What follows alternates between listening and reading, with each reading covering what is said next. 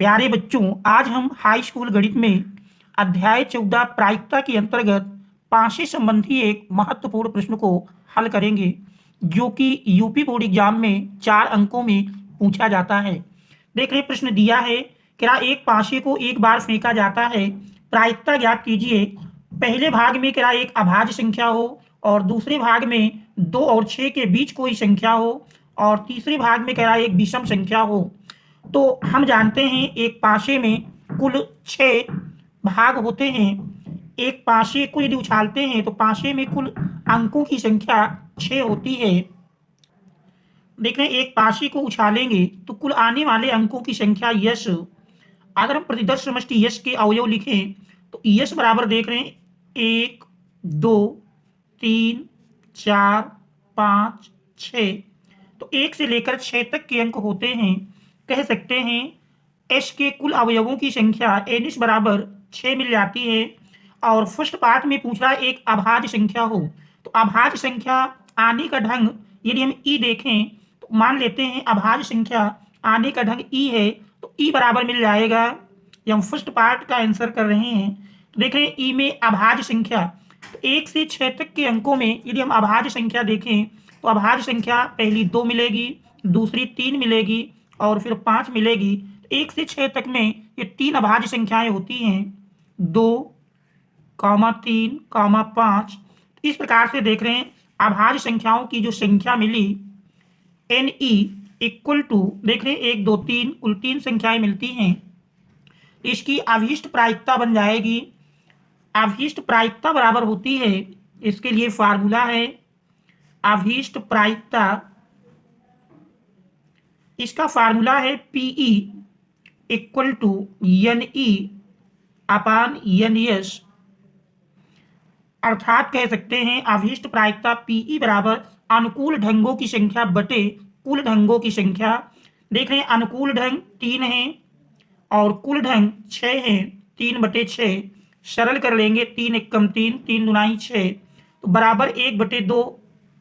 इस प्रकार से फर्स्ट पार्ट का आंसर आ जाएगा P E equal to 1/2, P E equal to 1/2। तो ये हमारे इस फर्स्ट पार्ट का आंसर होगा। और सेकंड पार्ट में देखने दिया है, सेकंड में कह रहा 2 और 6 के बीच कोई संख्या हो।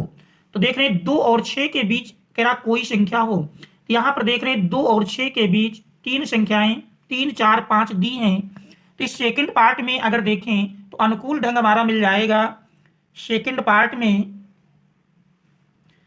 तो देख रहे हैं सेकंड पार्ट में देखें तो अनुकूल ढंग इसमें एन ई, या पहले ई लिख देते हैं। अनुकूल ढंग में हमारे अवयव मिल जाएंगे।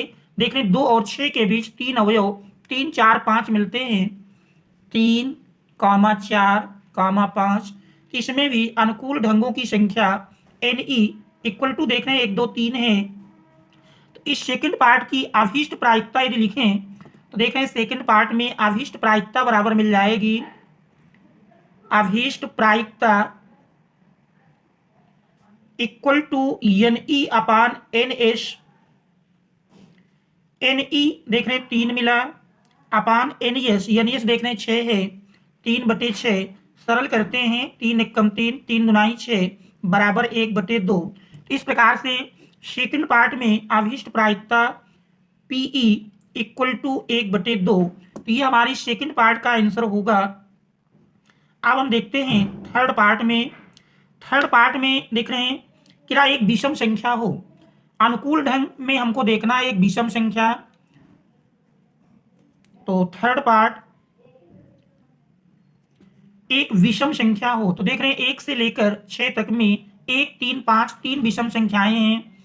थर्ड हमारा है क्या एक विषम संख्या हो, एक विषम संख्या हो। इसके लिए अगर हम विषम संख्या को ई से लिखें तो ई में मिल जाएंगे 1 3 5। 1 से 6 तक में ये 3 विषम संख्याएं हैं। इस प्रकार से देख रहे हैं इसमें कुल ढंग जो मिलते हैं अनुकूल ढंग 1 2 3 और कुल ढंग 6 दिए हुए हैं। तो अभीष्ट प्रायिकता बराबर मिल जाएगी अभीष्ट प्रायिकता बराबर, देख रहे हैं अभीष्ट प्रायिकता बराबर NE अपान NS, जिसमें NE देख रहे हैं विषम संख्या कुल 3 है, तो बराबर मिल जाएगा 3 बटे NS कुल 6 हैं, 3 एक कम 3, 3 दुनाई 6 बराबर 1 बटे 2।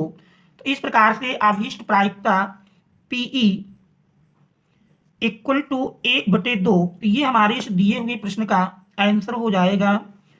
तो ये प्रश्न यूपी बोर्ड एग्जाम में 4 अंकों में पूछा जाता है। आशा करते हैं कि ये प्रश्न आपको समझ में आ गया होगा।